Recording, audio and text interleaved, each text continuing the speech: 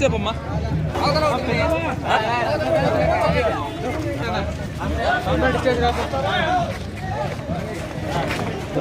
Cycle కొట్టేమ్మా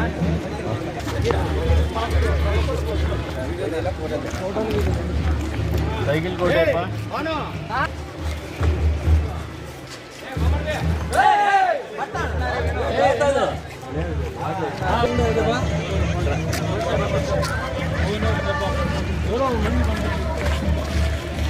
ఎవరు ఏడబా ఈ నాటి గ్యారెంటీ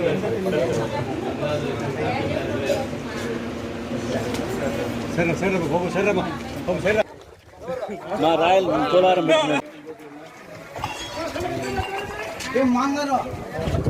ఫోటో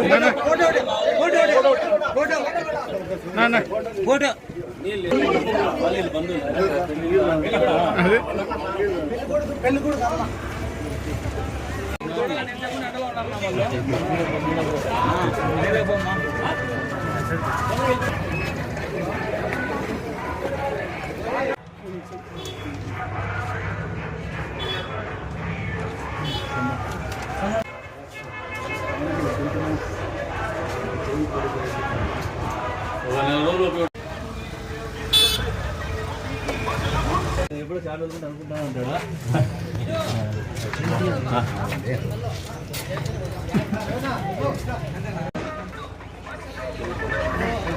పేపర్లు ఇచ్చుకుంటే వెళ్ళిపోండి మీకండి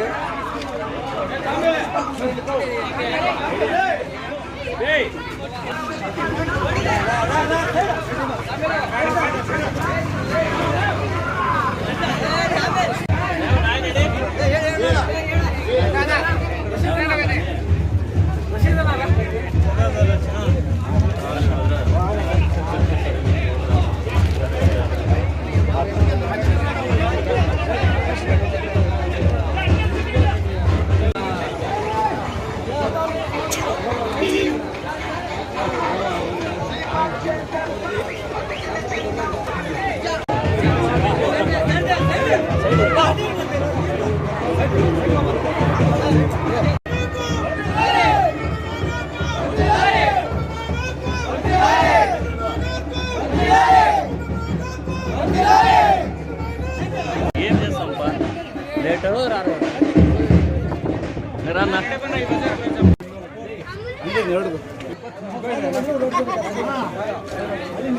మరి ఇటువంటి పరిస్థితుల్లో ఈ రోజున ఎన్పికుంట మండలం కదిరి నియోజకవర్గంలోని ఎన్పికుంట మండలం పక్కనే కడప జిల్లా ఉంది. కడప జిల్లా సరిహద్దు ప్రాంతం ఇది. ధనియాన్ చెరువు గ్రామంలో చేస్తున్నటువంటి ఈ ప్రచార కార్యక్రమంలో ఏ ఊరికి పోయినా ఏ గ్రామానికి పోయినా తాగునీటి ఎద్దడి తీవ్రంగా కనపడుతుంది. మహిళలు వచ్చేసి నీళ్ళు ఇవ్వండి అని అడుగుతున్నారు. అంటే నేను దాదాపు 20 సంవత్సరాల రాజకీయాల్లో ఉన్నాను. నేను 15 సంవత్సరాల కిందట ఈ పరిస్థితులు ఉండేది. గడిచిన 10 సంవత్సరాల్లో ఇటువంటి తీవ్ర నీటి ఎద్దడి ఎప్పుడు కూడా చూడాల. మళ్ళీ దాదాపు 15 ఏళ్ళ తర్వాత ఈ రోజున తాగునీటి ఎద్దడికి గ్రామాలు అల్లల్లాడిపోతాయి. అంతేకాకుండా పశుగ్రాసం లేక పశువులకి తాగడానికి నీళ్లు లేక ఇబ్బంది పడేటువంటి పరిస్థితులు.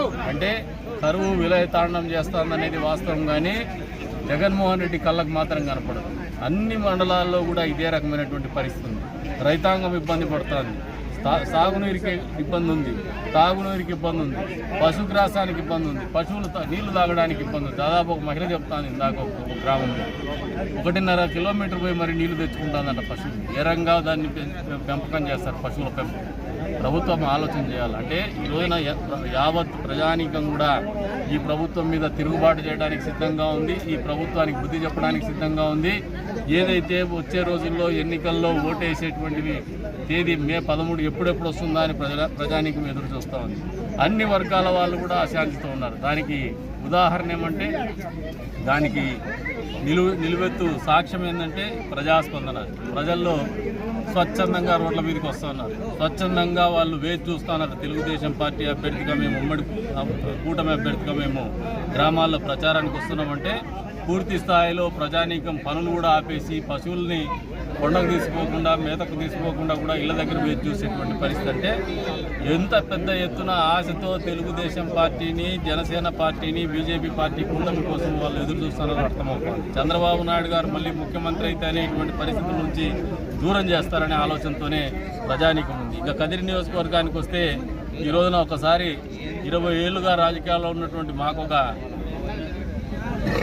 అత్యంత సంతోషకరమైనటువంటి ప్రచార కార్యక్రమం. ఎందుకంటే ఇంత పెద్ద ఎత్తున ప్రేమతో ప్రజలు ఎప్పుడు కూడా పలకరింపలేదు. అంటే దాదాపు 20 సంవత్సరాల్లో ఇంత ప్రేమాభిమానాలు ప్రజల్లో మేము ఎప్పుడు చూడలేదు, ఇంత పెద్ద ఎత్తున స్పందన కూడా చూడలేదు. దీని కారణం తుదిదశకు చేరుకుంది. స్కూటీలు కూడా ఇప్పుడు ఇవాళ ఉదయం మొదలుపెట్టినారు. అది కూడా మాకున్నటువంటి సమాచారం మేరకు పూర్తి అయిపోయింది. ఏదైతే నామినేషన్ దాఖలు చేసినామో ఆ నామినేషన్స్ అన్ని కూడా యాక్సెప్ట్ అయినాయని చెప్పేసి మాకు తదుపరి విడ్రాయల్స్ ఉంటాయి. అది చరమాంకం నామినేషన్ల ప్రక్రియలో. విడ్రాయల్స్ తర్వాత అభ్యర్థుల ఖరారు, వాళ్ళ క్రమ సంఖ్య, వాళ్ళ సింబల్స్ అని కూడా కేటాయించడం జరుగుతుంది. అక్కడ నుంచి మరింత ప్రచారం అనేది పూర్తి స్థాయిలో జరిగేటువంటి పరిస్థితి లేకపోతుంది. ఎన్నికలు పీక్ స్టేజ్. లాస్ట్ ఆర్సీపీ పార్టీకి చెందినటువంటి జగన్మోహన్ రెడ్డి గారి ఆలోచన విధానం కావచ్చు, వాళ్ళ ప్రభుత్వ పనితీరు కావచ్చు, అదే రకంగా వాళ్ళు నిర్ణయించినటువంటి అభ్యర్థి ఈ రోజున ఈ నియోజకవర్గానికి ఏం చేయాలో తెలియదు, ఏం చేస్తారో తెలియదు, ఏం చేస్తాడో చెప్పలేడు. కేవలము ఎన్ఆర్సీ, సిఏఏ, బీజేపీ మతము, ఆస్తులు లాక్కుంటారు. అంటే ఈయనకి అసలు ఆలోచన లేదు. కేవలము మతతత్వాన్ని, గ్రామాలకు పోతే పరాయి మతాన్ని గౌరవించేటువంటి పరిస్థితి లేదు. అభ్యర్థిగా ఏదైనా గ్రామాలకు పోతే మమ్మల్ని మసీదులకు కూడా పిలుస్తారు, చర్చిలకు కూడా పిలుస్తారు, అదే రకంగా ప్రార్థనా మందిరమైనటువంటి దేవాలయాలకు కూడా పిలుస్తారు. బొట్టు పెడతామంటే చెయ్యి హస్తం గుర్తు, నూతన బొట్టు పెట్టుకొని ఎదుటి హిందూ ధర్మాన్ని గౌరవించాలనే సంస్కారం లేనటువంటి వ్యక్తులు, మతోన్మాదం పెచ్చరిల్లినటువంటి ఆలోచన ఉన్నటువంటి వ్యక్తులు రాజకీయాల్లోకి వచ్చేసినారు. తస్మాత్ జాగ్రత్త. ప్రజానికం కూడా గమనిస్తూ ఉన్నారు. చర్చ జరుగుతూ ఉంది, గ్రామాల్లో చర్చ జరుగుతోంది. ఈ రకమైనటువంటి వ్యక్తుల్ని ప్రోత్సహిస్తే లేదా ఎన్నికల్లో వీళ్ళకి మద్దతు తెలిపితే ఈ నియోజకవర్గ పరిస్థితులు ఇంతవరకు కూడా హిందువులు ముస్లింలు కలిసి మేమంతా ఒక్కటే అనే సమైక్య భావంతో జీవిస్తున్నటువంటి ఈ నియోజకవర్గంలో అశాంతి రేగేటువంటి పరిస్థితులకు తీసుకుపోతారనే ఆలోచనతోనే ప్రజలు ఉన్నారు. ఈ రోజున అవన్నీ వాస్తవ రూపం. నిన్నటి రోజున కూడా జరిగినటువంటి సంఘటనలు ఇవన్నీ కూడా వాస్తవ రూపం. వచ్చే రోజుల్లో వీటన్నిటి ఆలోచనలు పరిగణలోకి తీసుకునే ప్రజానీకం తీర్పు ఇవ్వబోతోంది. మే 13న ఏదైతే ఎన్నికలు నిర్వహించుకునేటువంటి కార్యక్రమం ఉందో ఈ ఓటు హక్కు వినియోగించుకునే సందర్భంగా యావత్ ప్రజానీకానికి కూడా విజ్ఞప్తి చేస్తున్నాం. కదిరి నియోజకవర్గం తెలుగుదేశం పార్టీ ఉమ్మడి ఎన్డీఏ కూటమి అభ్యర్థిగా నేను ఎమ్మెల్యేగా పోటీ చేస్తాను. అదే రకంగా హిందూపూర్ పార్లమెంట్ అభ్యర్థిగా గౌరవనీయులు బీక పార్సారథి గారు పోటీ చేస్తున్నారు. 2 ఓట్లు కూడా తెలుగుదేశం పార్టీ ఉమ్మడి కూటమి అభ్యర్థులకి, అదే రకంగా సైకిల్ గుర్తుకు ఓటేసి వేయించి గెలిపించాలని చెప్పేసి వాళ్ళందరినీ కూడా మనస్ఫూర్తిగా కోరుతున్నాం. ఇది వాళ్ళకు మనసులో ఉన్నటువంటి భావనే. దాన్ని మేము అభ్యర్థించడం ద్వారా ఆ భావన మరింత బలపడుతుందనే ఆలోచనతోనే అభ్యర్థిస్తున్నాం. వారందరూ కూడా మన్నిస్తారని కూడా